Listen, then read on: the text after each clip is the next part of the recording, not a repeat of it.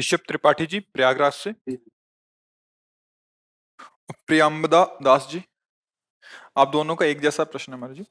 महाराज जी, आपके पास बैठने से जो मन की स्थिति रहती है, ये हमेशा बनी रहे यहाँ से जाने के बाद भी, ये संभव कैसे हुआ? क्योंकि ये मन ऐसी ऐसी जगह ले जाता है, बाद में सोचने पे भी अपने आप से घृणा आती है महाराज जी। हाँ, अब यहाँ तो धाम का प्रभाव है, नाम का प्रभाव है। यहाँ तो सहज पवित्रता, शांति, संकल्पहीनता ये अनुभव में आएगी। कोई संकल्प नहीं बन रहा, क्योंकि धाम है ना प्रियाजू का। और जैसे भी बनता है, अपने लोग नाम में ही रहते हैं प्रभु के, उसका प्रताप है। बस आप भी वहीं रहिए, जहां मन जाए वहां से हटा के नाम में लगाते रहिए। अभ्यास योग युक्तेन चेतसा नान्यगामिना। जब तुम्हारा चित्त, तुम्हारा मन जाएगा, तो जिस वस्तु में जाएगा, जिस व्यक्ति में जाएगा, सही मानिए उसमें भगवान है। जहां आप भावना करोगे मन लौट आएगा। देखो, लोग समझ नहीं रहे हैं, ऐसे भगवान कैसे हो सकते हैं? हमारे मन में भ्रम आता है ना, प्रश्न आ जाता है। हीटर गर्म कर रहा है ना, पावर कौन है? बिजली है ना। ये तेज रूप में प्रकाशित हो रहा है, प्रकाश ये बिजली है ना। मोटर रूप में पानी ऊपर खींच रहे, बिजली है ना। मतलब कहीं ना कहीं मेरे जीवन का योगदान है बहुत बड़ा, और छू जाए तो मृत्यु है ना। भला जो जीवन दे रही वो मृत्यु कैसे हो सकती है? लगता है नहीं लगा? तो अगर आप जानते हैं बिजली के प्रभाव को और बिजली की महिमा को, तो आप कहोगे कोई ये बात, इसमें प्रश्न की जरूरत ही नहीं है। उसका प्रभाव छुओगे तो मार देगी, और प्रयोग करोगे तो जीवन दान दे देगी। प्रकाश दे रही, पानी दे रही, मशीनें चल रही हैं, फ्रिज में ठंडा कर रही है, हीटर में गर्म कर रही। यंत्रों के प्रभाव से बिजली का बहुत रूप देखा जा रहा है, पर बिजली तो एक रस है ना। ऐसे ही त्रिगुण स्वभाव से ये लीला, कोई राक्षसी स्वभाव वाला, कोई राजसी स्वभाव वाला, कोई सात्विक स्वभाव वाला, कोई भगवत स्वभाव वाला, लेकिन बिजली सब में एक ही है। पावर, भगवत शक्ति सब में एक ही है। अगर उसको जान जाओ तो अमर हो जाओ। बस उसी को जानने के लिए मनुष्य शरीर मिला है। तो जहां मन जाए, मत्तः परतरम नान्यत किंचिदस्त धनंजय। हे धनंजय, मेरे सिवा किंचन मात्र कुछ नहीं है। भगवान के मानी संख्या आपको लग रहा है ये दुष्ट है, ये राक्षस है, ये पापी स्वभाव वाला है, ये गंदा है, ठीक है, धैर्य रखिए। आप सवाल में मानी संख्या लिखिए कि इसमें भी प्रभु है। हम ये नहीं कह रहे यही प्रभु है, वास्तविक यही प्रभु है, पर आप लिखिए इसमें भी प्रभु है, इसमें भी प्रभु है। और नाम जप कीजिए, जहां जहां मन जाए वहां से हटाइए, और जहां जहां मन जाए वहां प्रभु की भावना कीजिए। दोनों स्थिति में एक दिन अज्ञान नष्ट हो जाएगा, और आपको दिखाई देगा जित देखूं तित श्याम मैं वही है। बस ये बड़ा विचित्र नाटक चल रहा है। बिना भगवान की कृपा के भ्रम नहीं जा सकता। जासु कृपा सब भ्रम मिट जाई, गिरजा सोई कृपालु। या रहस्य रघुनाथ कर बेग न जाने कोई, जो जाने रघुपति कृपा सपने मोहन। सच्ची सच्ची बड़ा नाटक चल रहा है। एक नाटक अनेक रूप में कर रहा है, इसलिए समझ में नहीं आ रहा। और वही आपका भी स्वरूप है, पर आप भ्रमित हैं इसलिए नहीं समझ पा रहे। नहीं, हमारा स्वरूप ही है शांतम, शाश्वतम, अप्रमेय, जो हमारे प्रभु का स्वरूप है ना। प्रभु का स्वरूप जब हम गाते हैं तो शांताकारम और भुजग शयनम। सांप देख के डर लगता है, और सरकार सोकार है, अनंत फणधारी भगवान शेष की सया में। और स्थिति क्या है? शांताकारम, भगवान शिव के गले में वासुकी नाग बैठे हुए हैं। शांतम शाश्वतम अप्रमेय मनघम निर्वाण शांति प्रदम। हमारा मोक्ष स्वरूप है, मुक्त, कोई न बांधा है न बांधेगा, शांत स्वरूप है, अप्रमेय, उपमा रहित है, अक्लेद्य, अशोष्य, अदा है। हमारा स्वरूप है, हमारा स्वरूप। शरीर भाव को लेकर के हम सब फंस गए हैं। अब इतनी मलिनता है कि ये बात समझ में नहीं आ सकती। भला क्रूर दुष्ट पापी में तुम भगवान देख सकते हो क्या? गर्मी फेंक रही वही ठंडी फेंक रही, समझो ना। वही पावर गर्म, वही पावर ठंडा। जो ठंडा है वो गर्म कैसे हो सकता है? जो गर्म है वो ठंडा कैसे हो सकता है? ये यंत्र के प्रभाव से पावर दोनों में समान है। जो साधक है, उपासक है, भक्त है, वो तत्व देखता है, वो स्वभाव के अनुसार अलग अलग पावर का प्रयोग दिखाई दे रहा है वही। जहां ये बात समझ में आने लगी है वही, तो हर स्थिति में शांति, शांति कभी छोड़ेगी नहीं।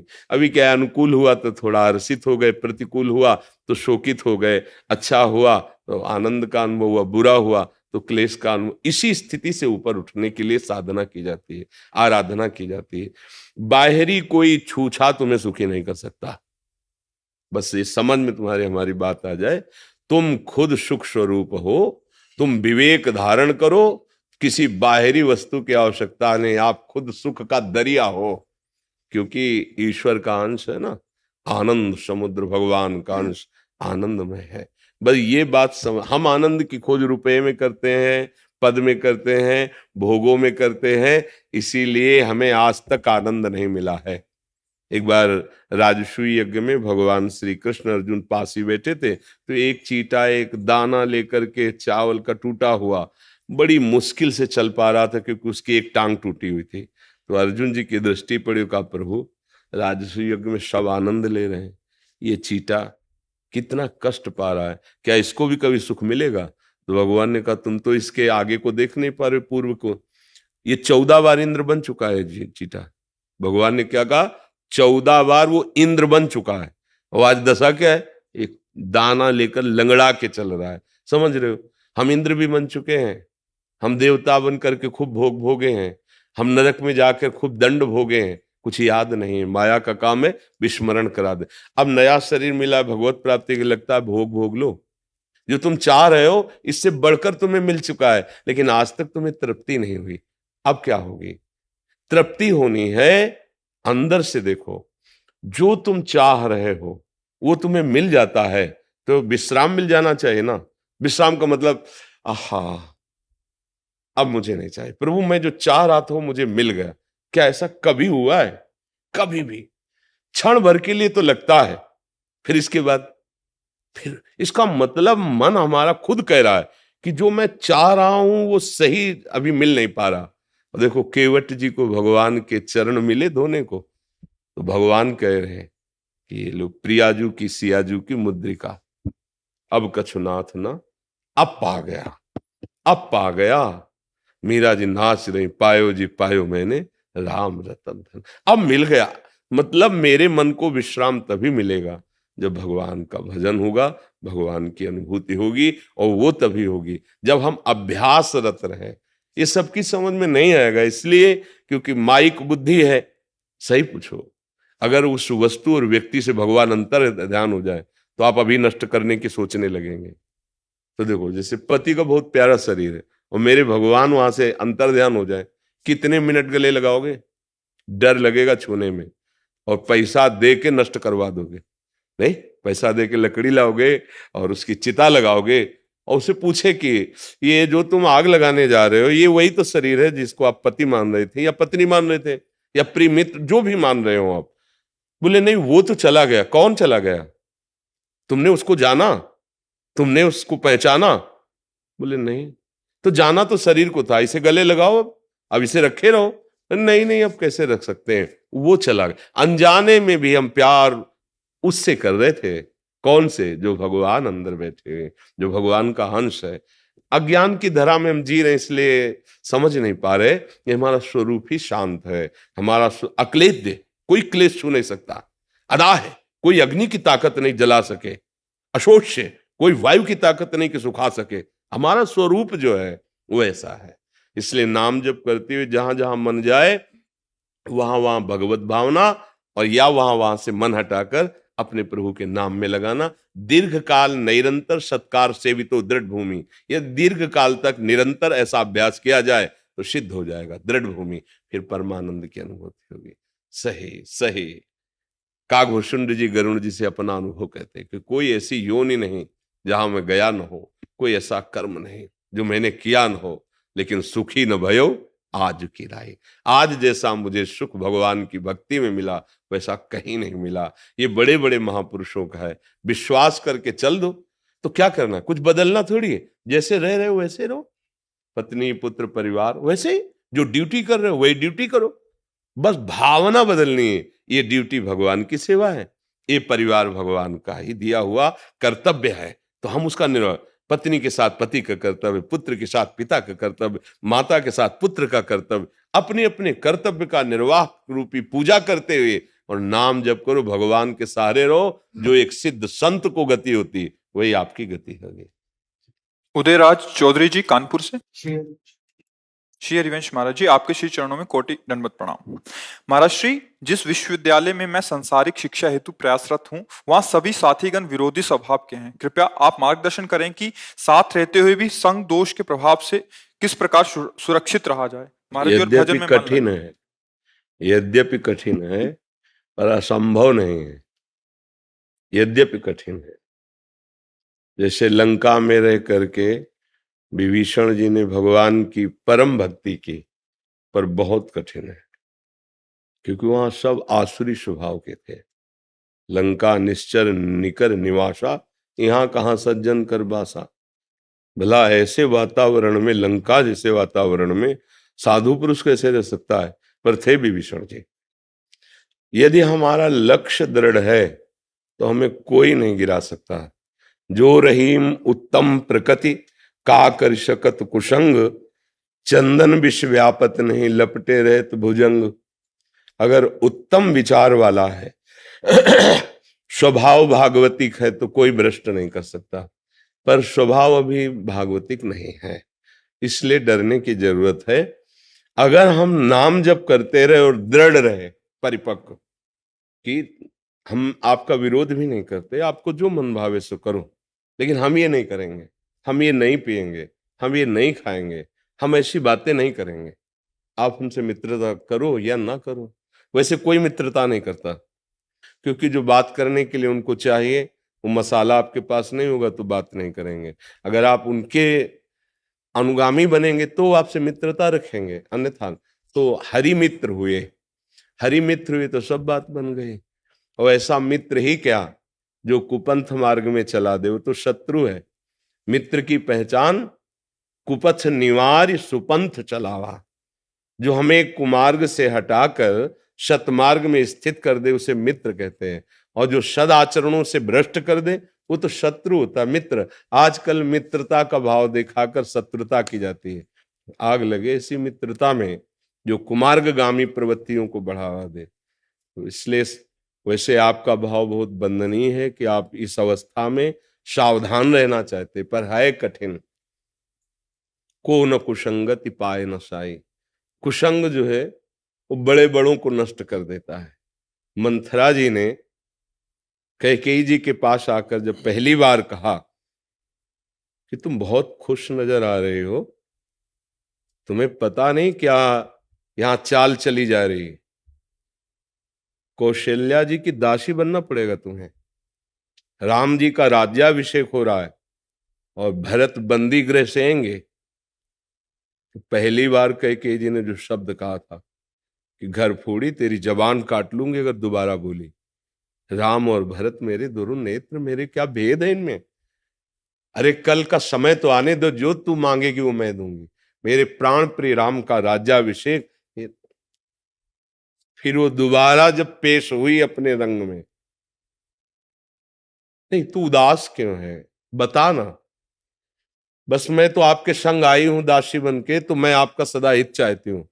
पर एक ही बार बोला तो आपने सारी बात, अगर दोबारा बोलूंगी तो आप नहीं बोलो ना, तो मैं सत्य को साक्षी करके कहती हूँ, हाँ राम का राज्याभिषेक हुआ, महाराज उनके अधीन है कौशल्या के। आप रंग चढ़ने लगा और इतना रंग चढ़ा दिया महाराज के प्राण निकल गए। प्रभु का 14 वर्ष का वनवास हुआ, पूरी अयोध्या महान दुख से युक्त हो गई। कैकेयी जी नहीं बदली। को न कुसंगति पाए न साई। कुसंग अपना बहुत बड़ा प्रभाव रखता है, पर यदि भगवान का आश्रय लेकर नाम जप किया जाए और बचने की चेष्टा की जाए तो बचा जा सकता है। राहुल जी। श्री हरिवंश महाराज जी। महाराज जी, आपके चरणों में कोटि कोटि प्रणाम। महाराज जी, जैसे अपनापन शरीर का पारिवारिक जनों से है, वैसा श्री जी और लालजू के प्रति नहीं हुआ। हाँ, इसे राग कहते हैं, इसे मोह कहते हैं। ये अविद्या अज्ञान के कारण हुआ है। जब ये अविद्या नष्ट होगी तो राग रहित होंगे, तब अनुराग का प्रादुर्भाव होता है, चाहे वो आत्मरति हो या कृष्ण रति हो। जिसे हम भक्ति में कृष्ण कहते हैं वही ज्ञान में आत्मा है, दूसरा कोई थोड़ी है। पर ये रति तभी प्राप्त होगी, पहले विरति आवे, पहले राग रहित हो। तो ये जो राग हुआ है ये अज्ञान के कारण हुआ है, और अज्ञान का नाश करने के लिए ही तो साधु समागम होता है। जिसे अज्ञान कहते हैं उसे मोह कहते हैं। मोह ही हमें भ्रम पैदा किए हुए मुझ निर्विकार के अंदर अभाव पैदा हो गया। मुझे ये भूख चाहिए, मुझे ये भूख चाहिए, ये भूख चाहिए। जहां कहीं किंचन मात्र अभाव नहीं है वहां अभाव मुझे महसूस हो रहा है, देह भाव को लेकर। तो विवेक के द्वारा मोह का नाश करके फिर हम समस्त इस राग से मुक्त हो सकते हैं। बिनु सत्संग विवेक न होई, राम कृपा बिनु सुलभ न सोई। होए विवेक मोह भ्रम भागा, विवेक प्रकट हुआ, मोह अज्ञान राग जिसे कहते हैं वो नष्ट हो जाता है। जो सत्संग में सुनो उसे अपने आचरण में उतारो। ये पक्का समझ लो कि आज भी तुम प्रेम भगवान से ही कर रहे हो। जिस शरीर को तुम प्रिय मान रहे हो, अपना या दूसरे का, उसमें भी आत्म तत्व के प्रकाश के कारण ही प्रियता है। अगर वो अंतर ध्यान हो जाए उसी शरीर को नष्ट कर देते हैं। अर्थात हम शरीर को प्यार नहीं करते हैं, फिर भी हम मानते हैं कि हम शरीर को प्यार करते हैं। हमारी बात समझ पा रहे हो? कोई कितना भी प्रिय संबंधी हो, माता हो, पिता हो, कोई भी हो, उसके अंदर से जब हमारे प्रभु अंतर्हित हो जाते हैं तो हम उस शरीर को नष्ट कर देते हैं। ऐसा नहीं कि प्रभु चले गए, उसमें भी प्रभु है, मुर्दे में भी प्रभु है, प्रभु है। वेन के शरीर का मंथन हुआ तो दाहिनी भुजा से भगवान पृथु और बाई भुजा से अर्ची महारानी, मुर्दे का मंथन हुआ। अगर कह दिया मुर्दे में भगवान नहीं तो कहो सो कहा, जहां प्रभु नहीं फिर सर्वव्यापी प्रभु का फिर अनादर हो जाएगा। वो हर जगह है, कोई कण ऐसा नहीं जाना हो। पर वो अंतर्हित हो गए तो इसलिए फिर उस शरीर को नष्ट कर देते हैं। अर्थात हम शरीर से प्यार नहीं करते, आज भी अज्ञान के कारण समझ नहीं पा रहे, हम प्रभु से प्यार करते हैं। अगर जान करके प्यार करो प्रभु से तो अभी शुद्ध बुद्ध परमानंद में निमग्न हो जाओगे। सब प्रभु से ही प्यार करते हैं, मेरी दृष्टि में सब प्रभु में प्रभु से ही प्यार करते हैं, पर वो समझ नहीं पा रहे। समझाने के लिए ही शास्त्र और सदगुरु संत जन है। यहां से हाथ खराब हो जाए तो हम यहां से कटवा देंगे। अभी तुम्हारे प्राणों पर आ जाएगी, इसको कटवा, हाँ काट दो, लौट के आओ। प्राण किससे प्रिय लग रहे हैं, किसके प्रति प्रिय लगे? आत्म तत्व से ही प्राण प्रिय लग रहे हैं। जब आत्म तत्व का परिचय हो जाएगा तो प्राणों का भी मोह खत्म हो जाएगा। हम जितना प्यार बढ़ाते चले जा रहे हैं बाहर भ्रम के कारण है। लौटते चले जाओ, राग रहित होते चले जाओगे। पर थोड़ा कठिन लग रहा है। नाम जप करो निरंतर, नाम जप करो, सत्संग सुनो, शास्त्रों का स्वाध्याय चाहे थोड़ा करो पर उसका मनन करो, क्या कह रहा है शास्त्र, क्या कह रहा है, और सेवा करो। माता पिता गुरुजन संत किसी भी जीव की निष्काम भाव से सेवा, सेवा सुमिरन सत्संग स्वाध्याय, तब आइए समाधि। एकांत में बैठ करके उस अपने आत्म स्वरूप को जानने की जिज्ञासा करे तो गुरु अंदर ही बैठा हुआ है, वो रास्ता बताता चला जाता है।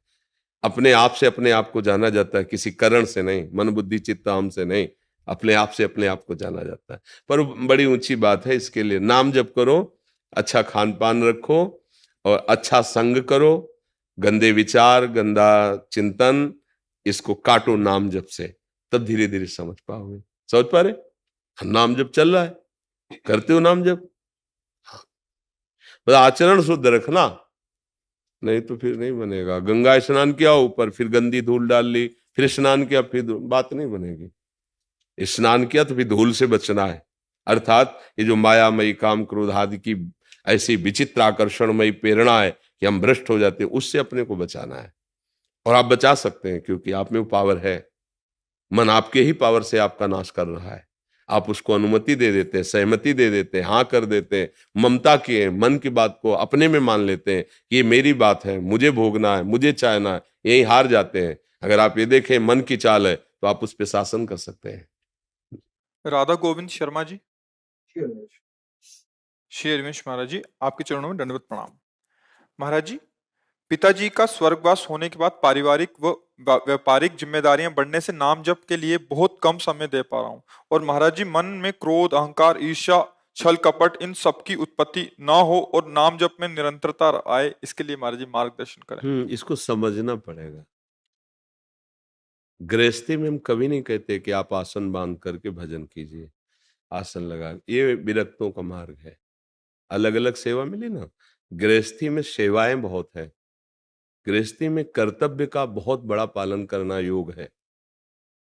बेटी को पढ़ा लिखा कर ब्याह करना, बेटे को पढ़ा लिखा कर कोई व्यापार नौकरी देनी है, आए हुए अतिथि का सत्कार करना है, पूरे खर्चे निर्वाह, उसके चिंतन में बहुत कुछ चलता रहता है। अब उस चिंतन को प्रभु के नाम में जोड़ना बड़ा कठिन लगता है। बस इसी कठिनता को यदि सुलझा ले तो जो कि योगी की गति होती वही उस गृहस्थ की गति होगी, इतना अंतर नहीं पड़ेगा। जो एक काम क्रोध आदि को सहते हुए महात्मा निरंतर एकांतिक भजन में लगा हुआ है, उसको जो परम पद मिलता है, वही परिवार का पोषण करते हुए बच्चा, रिश्ता, नाता, अतिथि सबका करते हुए भी उसको परम पद की प्राप्ति होती है। बस अभ्यास और आश्रय, इन दो बातों पर ध्यान देना है। आश्रय धन का नहीं, अपने बाहुबल का नहीं, आप में भी जो बाहुबल हो भगवान के द्वारा ही दिया हुआ है। जितना बुद्धि बल हो भगवान के द्वारा ही दिया हुआ है। जितना धन है या आगे मिले वो उन्हीं के द्वारा दिया हो। उस या ज्ञानी जीव जानता नहीं है, प्रभु से विमुख होकर वो सुख चाहता है। गौर से देखो, हरि के सिवा कौन ऐसा है जो तुम्हारा साथ दे सकता है? गौर से देखो। गौर से देखने का मतलब विवेक से देखो। बोले नहीं मित्र हैं हमारे, तो उनसे हरि निकल जाए तो कई मिनट तुम्हारे पास वो रुक सके। हरि चले जाएं तो 100 हो जाएंगे ना। मतलब हरि खास बात है। परिवार, पुत्र, मित्र, कोई भी हरि देखो है तो उसकी सत्ता है, और हरि नहीं है तो उसकी सत्ता ही नहीं। तो हम फिर जिनकी सत्ता ही नहीं उनसे क्यों आश्रय तत्व जोड़े? आश्रय तो हम हरि का लेंगे ना। कैसे है? सुखी मीन जिमनीर अगाधा, तिमि हरि शरण नए को बाधा। चाहे गृहस्थ हो चाहे विरक्त हो, जहां अगाध करुणा समुद्र श्री हरि का आश्रय लिया, अंदर की बात है आश्रय, बाहर की बात नहीं की। अंदर से वो आश्रय तभी होता है जैसे गजेंद्र ने लिया, हार गया, द्रौपदी जी ने लिया, हार गए, अब कोई बल नहीं रहा। अगर वो आश्रय सत्संग के द्वारा प्राप्त विवेक से हमारे हृदय में जागृत हो जाए, या किसी ऐसी परिस्थिति से भगवान का आश्रय हो जाए, सब बात बन जाए। भगवान के चरणारविंद का आश्रय लिए बिना भजन नहीं हो सकता। क्योंकि देखो ना, एक क्षण छोड़ो तो मन कितनी, जैसे बंदर डाल पे डाल, शाखा पे शाखा भागता घूमता है, ऐसे घूम रहा है। अपने मन को देखो, अपनी इंद्रियों को देखो। भगवान का पहले सबसे पहला कार्य आश्रय। बड़ी कृपा है जो आप सत्संग सुन रहे हो, बड़ी कृपा है जो आप अपना समाधान चाह रहे हो भजन का। ये कृपा है उनकी, ये हेतु की कृपा ठाकुर जी की है। इसका मतलब मेरा कल्याण होना दुर्लभ नहीं। क्योंकि अगर प्रभु ने कृपा न की होती तो साधु समागम क्यों मिलता? जब द्रवहि दीन दयालु राघो, तो साधु संगति पाइए। अगर साधु संगति हो रही तो हमारा हित होना है, हमें प्रभु की प्राप्ति होनी, नहीं तो ऐसा सौभाग्य कैसे मिलता? अब अंदर से आश्रय ले लो, अभी ले लो। उसके लिए कोई लायकात की जरूरत नहीं होती। आपके स्कूल में जन्मे, कितने पढ़े हैं, कैसे आचरण, तो आप ही चेतसु दुराचार हो, बिल्कुल छूटे, जो भी रहे हो, जैसे भी हो, अभी इसी क्षण अंदर से। मैं जानता नहीं हूं आपको, पर जो कोई भी हो तो मैं आपका आश्रय लेता हूं अंदर से। हे हरि, हे राम, हे कृष्ण, हे शिव, जो नाम प्रिय, जो नाम आप प्रभु का माने। हमारे प्रभु के विविध नाम है, विविध रूप है, क्योंकि अनंत महिमाशाली है। अंदर से आश्रित हो जाओ। अंदर बहुत चमत्कार इसमें है, आश्रय तत्व में। साधन एक तरफ और आश्रित एक तरफ। आश्रय तत्काल परिवर्तन होता है, इसमें तत्काल जिम्मेवारी भगवान लेते हैं। कई बार सुनाया है, ध्यान से सुनना। जब सुग्रीव जी बाली जी के लात घोंसों के प्रहार से पीड़ित होकर भाग रहे थे, पूरी कथा तो बड़ी है, कहीं कोई जगह नहीं थी। एक जगह था जहां ऋषि का शाप था, बाली जा नहीं सकता था, वहां वो दूर से देखा कि श्याम घन श्री लालजू रामजू और गौरवर्ण लखनजू भयभीत हो गए। हमें लगता है बाली ने स्वयं तो आ नहीं सकता ऋषिमुख पर्वत पर, तो ये राजकुमारों को भेजा है और ये इनकी भुजाएं देखकर लगता है ये मुझे मार डालेंगे, क्योंकि महाबलशाली अजान बाह भगवान की भुजाएं, अभेद भुज दंड मूल, ऐसा स्वरूप सौंदर्य और सिंह। घबरा गया। हनुमान जी महाराज से कहा तुम पता लगा क्यों, अगर ये ऐसे ही वन विचरण करने के लिए आए तो मैं इनके चरण पकड़ लूंगा, क्योंकि बहुत बलशाली नजर आ रहे हैं, और अगर ये बाली के द्वारा भेगे तो मैं भाग पड़ूं, क्योंकि इनसे मैं नहीं जीत सकता। दूर से देख के हनुमान जी गए और भगवान को परिचय दे के कांधे पे बैठाल के लाए। हम जो बताना चाहते हो देखना, जब हनुमान जी ने कहा ये अयोध्या नरेश चक्रवर्ती सम्राट महाराज दशरथ के लाडले ये भगवान राम है और ये लखन है, उसको परम संतोष हुआ कि बाली ने नहीं भेजा। भगवान से हनुमान जी, देखो महाभागवत ही आश्रय दिलाता है। हनुमान जी महाराज ने भगवान से कहा कि बहुत दुखी हैं, बाली ने बहुत त्रास दिया, बहुत मारा है, ये तो कहो बस प्राण नहीं लिया है और इसी भय से यहां रह रहे हैं, प्रभु आप निर्भय कर दो। सुग्रीव ने अपनी बात बताई, किस कारण से ऐसा, पूरी बात भगवान ने, अग्नि को साक्षी करके भगवान ने उसी समय मित्रता स्वीकार की, आज से मैं तुम्हारा मित्र। तो प्रभु बाली बहुत बलवान है, शायद आप जानते न हो। भगवान ने कहा कि तू कैसे विश्वास करोगे कि मैं बाली पर विजय प्राप्त कर सकता हूं। बोले ताल के लगातार वृक्ष खड़े हैं, वो आगे दुंदुभि राक्षस की हड्डियां हैं, अगर एक बाण में आप इतने सब ताल के वृक्ष और दुंदुभि राक्षस की हड्डियों को बेच दोगे तो मैं जान जाऊंगा कि आप बाली को मार दो। अमोघ बाण भगवान, ये क्या चीज है। बड़ा प्रसन्न हुआ, आप जैसा मित्र मिल गया। दूसरे दिन युद्ध के लिए ललकारो जाकर भगवान ने प्रेरणा की। जी बाली चला तो उनकी पत्नी तारा ने चरण पकड़ा और कहा स्वामी आप समझ रहे हैं सुग्रीव कभी आपके सामने भी आ सकता है, वो आज ललकार रहा है। क्यों? क्योंकि भगवान उसके साथ हो गए। तो उनका पागल हो तुम, भगवान समदर्शी हैं, मुझे क्यों मारेंगे, मैंने उनको बैर तो किया नहीं ना। चल पड़ा। सुग्रीव के जे ही घूंसे का प्रहार किया, त्राहिमाम बोल उठे, क्योंकि महाबलशाली 6 महीना कांख में रावण को दबाए रखा बाली ने। मेन जो बात हम कहना चाहते हैं उसे समझना, भगवान ने दिखा दिया कि तेरे में सामर्थ्य नहीं सुग्रीव। वो भाग पड़े आए, बोले प्रभु पिटवा दिया ना, नस नस दर्द कर रही, इतना मारा है। बोले हम क्या करें, तुम दोनों एक रूप थे, एक रूप ही, समझे में नहीं आ रहा था कौन सुग्रीव और कौन बाली। अच्छा ये माला हमारा पहनो और स्पर्श करके सारी पीड़ा, अब जाओ। पहले में ये दर्शाया कि तू सामर्थहीन ऐसा समझ, अब मेरी सामर्थ्य का चवन, अब तो सिंहवत महान बलशाली सुग्रीव। और भगवान ने एक बाण बाली को मारा। बाली जब मूर्छित होकर गिरा, फिर चेतना आई तो सामने देखा नव किशोर अवस्था, कोटि कामों का दमन करने वाले भगवान की सुंदरता। तो हृदय में तो अपार प्रीति उदय हो रही है, लेकिन मुख से कड़वे वचन बोल रहा है। हृदय प्रीति मुख वचन कठोरा, बोला राम। प्रभु की तरफ देख करके बोला मैं बैरी सुग्रीव प्यारा। प्रभु कारण कौन नाथ में मारा।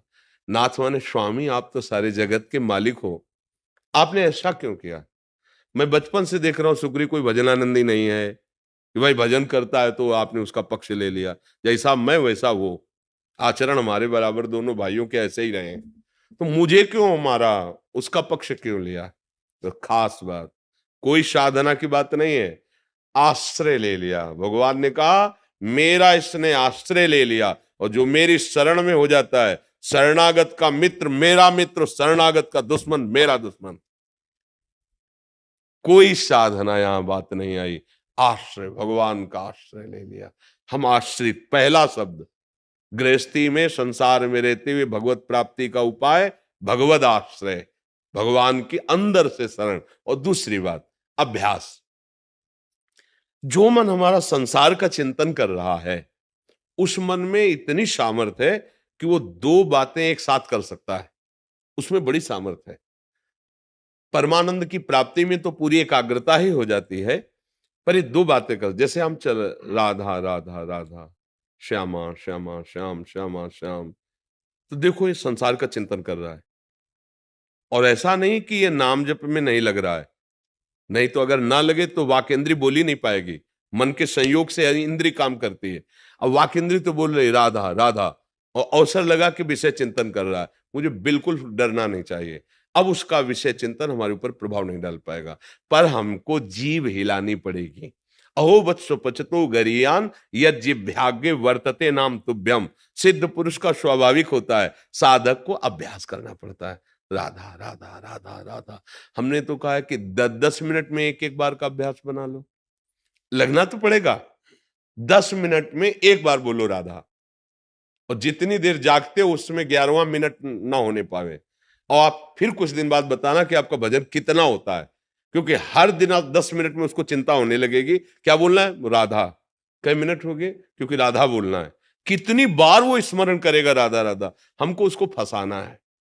और एक दिन सच्ची मानिए सब काम करते हुए भजन कर लेगा, क्योंकि जिह्वा का काम है हिल हिल करके नाम जप करना और अंगों से चेष्टाएं करते रहना। ये मन बड़ा ताकतवर है, ये करवा लेगा।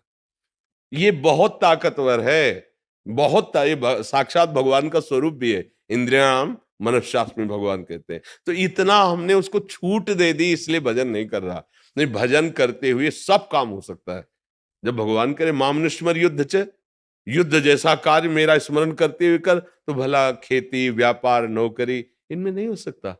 अच्छा, हम कह रहे जितनी देर तुम एकाग्र होकर लगे हो कार्य में, तो घंटा 2 घंटा कभी तो अलग हुए ना उससे। जब अलग हुए तो राधा, फिर घंटा 2 घंटा फिर राधा, और जितना समय लगाया संसार के कार्यों को भगवान को समर्पित कर दो। कृष्णार्पणम मस्तु, इतने बजे से इतने बजे तक जो वो भगवत प्राप्ति करा देगा आपको। समझ पा रहे हो?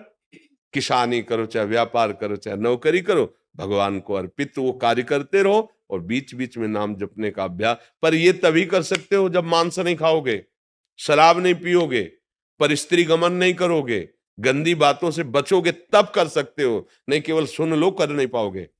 गंदे आचरण करने वाला कभी अध्यात्म की चेष्टाएं नहीं कर सकता, वो बकवास केवल होती है।